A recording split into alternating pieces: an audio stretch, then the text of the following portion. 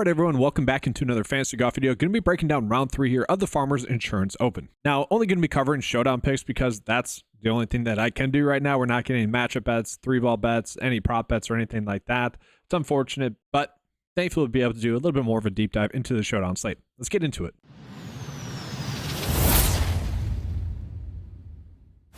Now, guys, first and foremost, I do want to call it, this is probably going to be my worst weekend the whole season, main slate-wise, but I think we can honestly see why. Just a bunch of randomness. Just when we look at the leaderboard as it sits right now, really, Aubert, who was projected to be the best play, and he's seemingly going to be the favorite to win and probably likely to win. Sanjay projected pretty well, and then that is literally about it. Some kind of unlucky weather breaks. Like, basically, if your player finished before or was mainly done with his holes before the weather delay, kind of got a little bit unlucky. I feel like I got a little bit unlucky with Aaron Rye, obviously a core play. That was tilting. He was -5 at one point and then finished his round at least today +6. Obviously played terribly, but I think we clearly see that the weather did lead to a bunch of random results as it currently sits right now. If you look at like the 6 for 6%, it's like practically 0%. You look at the 5 out of 6%, it's like 5%, like 6 to 5%. Not that many lineups have 5 out of 6. And so the norm, I would imagine, is going to be 4 out of 6 and even potentially 3 out of 6. And so obviously, I've been mentioning this a bunch, that the start of the season is supposed to be pretty random in terms of the results. And the only random parts that we had experienced thus far really was Sanjay and Corey Connors missing the cut the last 2 weeks. And everything else has been pretty darn predictable. Now, we're definitely seeing this week has ended up being a little bit more random. And I hate doing it, but we could literally just chalk it up to that like kind of random weather that we had yesterday, or depending on when you're watching it today. Now we look at the weather forecast, guys. Friday could have a little bit of winds as well, but 15 mile per hour winds is not terrible. It's not supposed to be that crazy. Now, could that play a difference? It could, but that's typically not that heavy. And so very interesting there. Now let's get into a quick recap, guys, from yesterday as well. Yesterday kind of mixed results. 3-ball bets was not good again for the second straight day. Again, I kind of contribute that just to the randomness that we have seen occur thus far this week. Just a bunch of kind of really unpredictable players doing really well right now.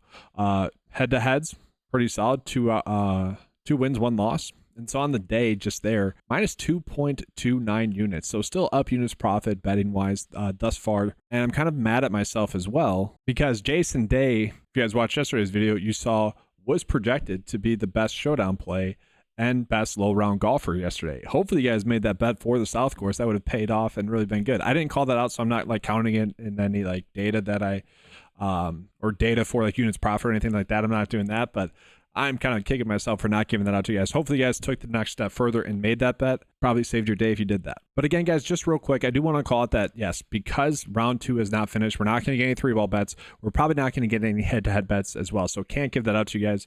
And because of that, we're not getting any underdog drafts right now. And we're also not going to get any prize picks or prop bets as I'm recording this video.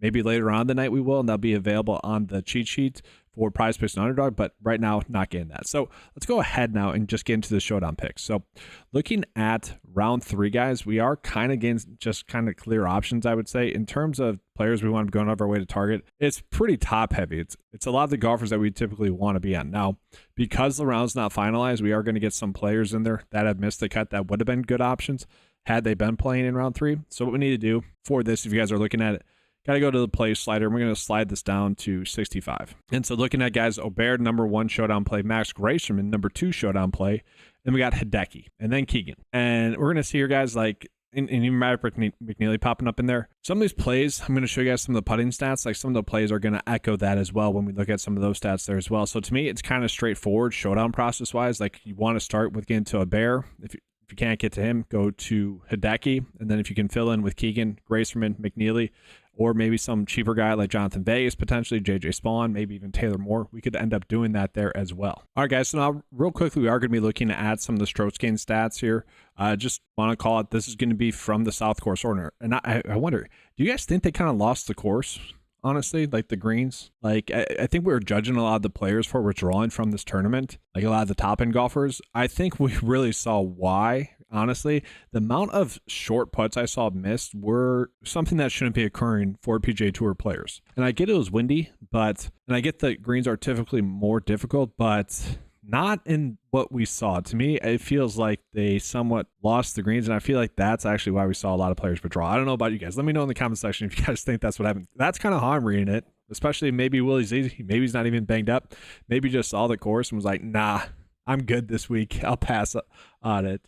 But guys, let's go ahead and take a peek at which golfers are actually expected to putt much better here in round 3. And we are only getting stats again for the South course. So 1 start for each player on the South course. And so we do have Alejandro Tosti, who is still out on the course, guys. So this could end up changing. I have it currently sorted by like which players are expected to putt much better compared to how they putted on the season. Now, small sample size for them, obviously don't have that much data going into it, but most of these golfers are typically golfers that we think as good putters. So Aubert, he's actually expected to putt much better, guys. He lost 1.29 strokes putting, missed some short ones, but that's the thing, everyone missed short ones. Again, I'm kind of like, it's the green conditions probably just weren't that good. And so we look at someone like Keegan as well, who also lost, not that many strokes putting, but a half a stroke putting. He's someone that typically does putt pretty well as well. Typically gains a half a stroke putting. And so same thing with the bear there. So like that there. Now, Taylor Pendrith by any means is not a good putter, guys, but he is someone that almost lost, 1.8 strokes putting. And so he typically only loses 0.2. So you give him another stroke there. He should be someone that does play better. Sanjay Aim didn't even put that good thus far. And again, guys, like it's a little bit of a skewed data set because we're pulling it from 1 round on 1 course rather than 2. But in terms of players that are expected to putt much worse, I wouldn't say this is shocking. Like a lot of the players that are currently playing well are players that are expected to probably regress. Luke Clanton being one of those guys. So we're probably not targeting these golfers, and they're really not popping up as showdown plays for us as well. So that's a good thing. Now, I do want to call out with Jason Day as well. We're looking at strokes gain approach right now. He is someone that should be able to gain a little bit more strokes strokes approach as well. So typically speaking, he is someone that does well there. We can see live stat, he's losing about 0.76 strokes gain approach. On the season, he's almost gained 0.8. So that's like a full stroke he should be able to gain approach. JJ Spawn, someone that's popping up in there as well, kind of for those same characteristics. Now, he gains strokes, but typically he gains a little bit more. Just some pretty random results, I would say, it's pretty clear that kind of been a random week thus far. Hopefully that doesn't continue here, guys, into round 3. That would be terrible. But with that, guys, let's kind of go ahead and show you guys what we're looking at with the lineup builder for round 3. And so we are, again, we're probably going to want to get to Ludwig, Hideki, I think Keegan as well. Graceman I'm fine getting to. Pendrith I'm fine getting to. Jason Day, even though he had a good round, I kind of expect him to have another good round as well. Maverick Neely I'd be fine with as well. And then from there, who else could we potentially be looking at as good options? Mark Hubbard, in a weird way, I'm okay with. I would rather get to JJ Spawn. Look at Jonathan Vegas. He's going to be someone we are getting out or going out of our way to target. Max Meissner, not a terrible option as well. He was like +4 today. That was fortunate. But honestly, guys, like if you are doing round 3 showdown, I would just go into the settings here. We are clearly seeing that this is a random week, right? Like that is pretty definitive. So honestly, toss in like 10% randomness, really let the data pull in still the top plays, don't get me wrong there, but also account for the amount of randomness that we're getting here. So I'm probably doing like 3 unique players, 30% max exposure. I just want to spread out my exposure and hope that the top end guys that we're going to get to are really going to go off. So what I'm looking at here is I do know I probably want to be on a lot of Ludwig, and I know I probably want to be on a lot of Hideki. I'm going to raise up kind of the max that I can get to with these guys. So like Keegan, I could get to like 35%. Jason Day, 35%. Maybe Gracerman, I'm okay at 30. Probably Pendrith, I'm okay at 30. Actually, I think Pendrith could have a better day today. We'll see for round 3. But let's just go ahead and generate this, guys. You'll be able to see a better mix of which golfers we're getting at. So the top build, as it's kind of ugly. Gosh. Let me zoom in. So Ludwig there. We got Taylor Pendrith. Chandler Phillips. Here's why I don't like using the randomness, guys. You'll see that with it putting in a decent amount of randomness, we are getting kind of really random lineups. I don't know if we need to go that crazy.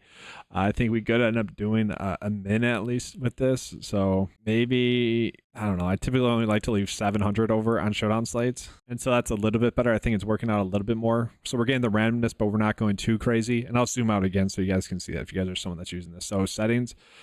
For min salary left over, 49300. So leaving $700 left over. So we're still trying to chase the top end golfers, and we're still going to get them. But I feel a little bit better about that. So we're getting like Hideki, Jason Day paired up a decent amount, Max Graceman, Taylor Pendrith. I actually think we are getting proper exposure to the top end golfers. Honestly, probably want to get a little. No, we're getting enough Ludwig as well. I actually decently like this. Seems pretty solid for the most part. Yeah, and we're getting proper spread out exposure as well. I'm gonna run this out. I feel pretty good about this. Don't copy what I just did there. I feel decent about the lines that we're getting here. But guys, that's going to do it for this video. Thank you guys for watching. Make sure to leave a like and subscribe to the channel. If you guys want access to the lineup builder or the showdown tools, the data at 9to5sports.com, and over there get access to all the tools for just $10 a month. All right, thanks for watching, guys. Good luck with all your lineups, and as always, let's keep cashing.